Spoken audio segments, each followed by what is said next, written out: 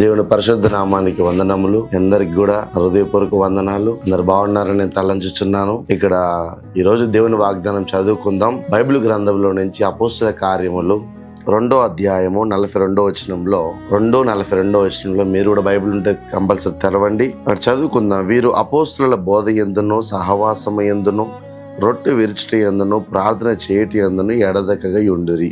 చిన్న ప్రార్థన చేసుకుందాం. స్తోత్రం పరిశుద్ధుడా, ప్రేమగల తండ్రి, నీకు వందనాలు. అయినా నా తండ్రి, నాయన ఈ యొక్క నాయన వాగ్దానంతో అయిన ప్రతి ఒక్క బిడ్డతో మీరు మాట్లాడమని అడుగుతున్నాను. ఈ వీడియో చూసిన ప్రతి ఒక్క బిడ్డతో మీరే మాట్లాడమని యేసు అతి పరిశుద్ధ నామములో వేడుకుంటున్నాను తండ్రి, ఆమేన్. దేవుని బిడ్డారా, అక్కడ దేవుడు ఏమంటున్నాడంటే వీరు అపోస్తలుల బోధ యందును సహవాసమందును మీ అందరితో నేను ఒక మాట్లాడగలనుకుంటున్నాను. దేవుని బిడ్డారా, ఏంటంటే అసలు మన జీవితంలో మనం ఎవరితో సహవాసం చేస్తున్నాం, ఏ బిడ్డతో సహవాసం చేస్తున్నాం, ఏ యొక్క బంధుత్వంతో సహవాసం చేస్తున్నాం, ఏ స్నేహితులతో సహవాసం చేస్తున్నాం, నీ కీడు కోరే స్నేహితులతో సహవాసం చేస్తున్నావా, నీ యొక్క కీడు కోరే ప్రేమతో సహవాసం చేస్తున్నావా, నీ కీడు కోరే నీ యొక్క కుటుంబీకులతో సహవాసం చేస్తున్నావా? ఒక్కసారి నువ్వు ఆలోచించు ప్రేమ బిడ్డలారా. ఈ లోకంలో అన్ని అబద్ధాల స్నేహాలు ఉంటాయి, అన్ని అబద్ధాల సహవాసాలు ఉంటాయి. కానీ నేను నమ్ముకున్న దేవుడు, నేను ప్రకటించే నజరేయుడు కూడా ఆయన ఒక్కడే పరిశుద్ధమైన సహవాసం ఉంటుంది ఈ లోకంలో. హల్లెలూయా. దేవుని బిడ్డలారా, మీరందరూ కూడా ఆత్మ పరిశీలన చేసుకోండి ఒక్కసారి. మనం ఎవరితో సహవాసం చేస్తున్నాం, ఏ సహవాసానికి మనం చెందిన వాళ్ళం. బైబిల్ గ్రంథం ఏమంటున్నాడు ఇక్కడ? ఎవరితో సహవాసం చేయాలంట? అపోస్తలుల బోధ. ఎవరైతే అపోస్తలుల బోధ ఎక్కడ ఉంటుందో, ఉన్నట్టుగా మాట్లాడేటోళ్ళు అపోస్తలులు ఎవరంటే దేవుడు ఎప్పుడు వాళ్ళ ఎదుట ఎప్పుడు నిలిచి ఉంటాడు. ఎందుకంటే వాళ్ళ యొక్క పరిశుద్ధత గురించి వాళ్ళు ఎప్పుడు ప్రయాసపడుతూనే ఉంటారు. అక్కడ ఏమంటాడు దేవుడు? అపోస్తలుల బోధ యందును సహవాసం యందును రొట్టె విరుచుట ఎందునంటే మనం ప్రతి నెల బల్లారాధన తీసుకుంటున్నాం. రొట్టె విరుచుట అంటే ఐక్యత, సమాధానం. ఎవరైతే యోగ్యతగా ఉంటారో వాళ్ళు రొట్టెలో పాల్గొనాలి. అలాంటి వాళ్ళతో నువ్వు సహవాసం చేయాలని దేవుడు అంటున్నాడు. పరిశుద్ధులతో సహవాసం చేయాలి. పరిశుద్ధత అంటే ఈ లోకానుసారంగా జాగ్రత్తకి దూరంగా ఉండుటే దేవుడి పరిశుద్ధత.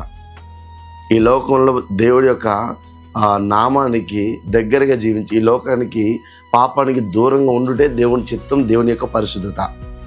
ఈ సహవాసాన్ని కోరుకోవాలి. లోకంలో ఉన్న సహవాసం అన్నీ విడిచిపెట్టాలి. ఎందుకంటే ఈ లోకంలో సహవాసం చేసిన వాళ్ళందరూ కూడా మోసపోయిన వాళ్ళు ఉంటారు.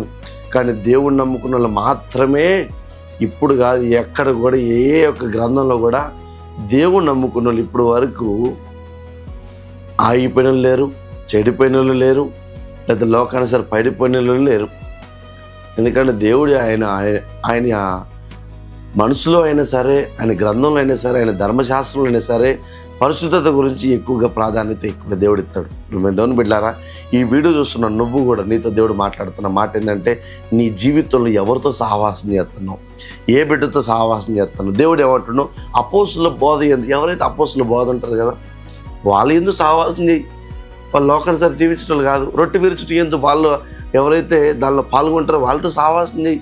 ఈ లోకంలో బిడ్డలతో కాదు. దేవుడు అంటున్నాడు నీ కీడు కోరేటోడు కాదు. నీ దగ్గర అన్ని డబ్బులు ఉన్నప్పుడు చప్పట్లు కొట్టేటోడితో సహవాసం చేయొద్దు. నీ దగ్గర ఏమి లేనప్పుడు కూడా నీ భుజం దడత చూసిన వాడితో సహవాసం చేయి. అది నిజమైన సహవాసం అంటారు. దూరం బిడ్డలారా, ఈ యొక్క సహవాసం దేవుడు ఈ దినం నీతో మాట్లాడుతున్న ప్రతి మాటను ఒకసారి ఆత్మ పరిశీలన చేసుకో. చిన్న మాటలు దేవుడు దీవించను గాక. ప్రార్థన చేసుకుందాం. స్తోత్రం పరిశుద్ధుడా, ప్రేమగల తండ్రి, నీకు వందనాలు. ఆయన చదివిన నా తండ్రి లేఖనం, నేను విత్తబడిన వాక్యం నా తండ్రి ప్రతి జీవితంలో అది ఫలించును గాక నా తండ్రి.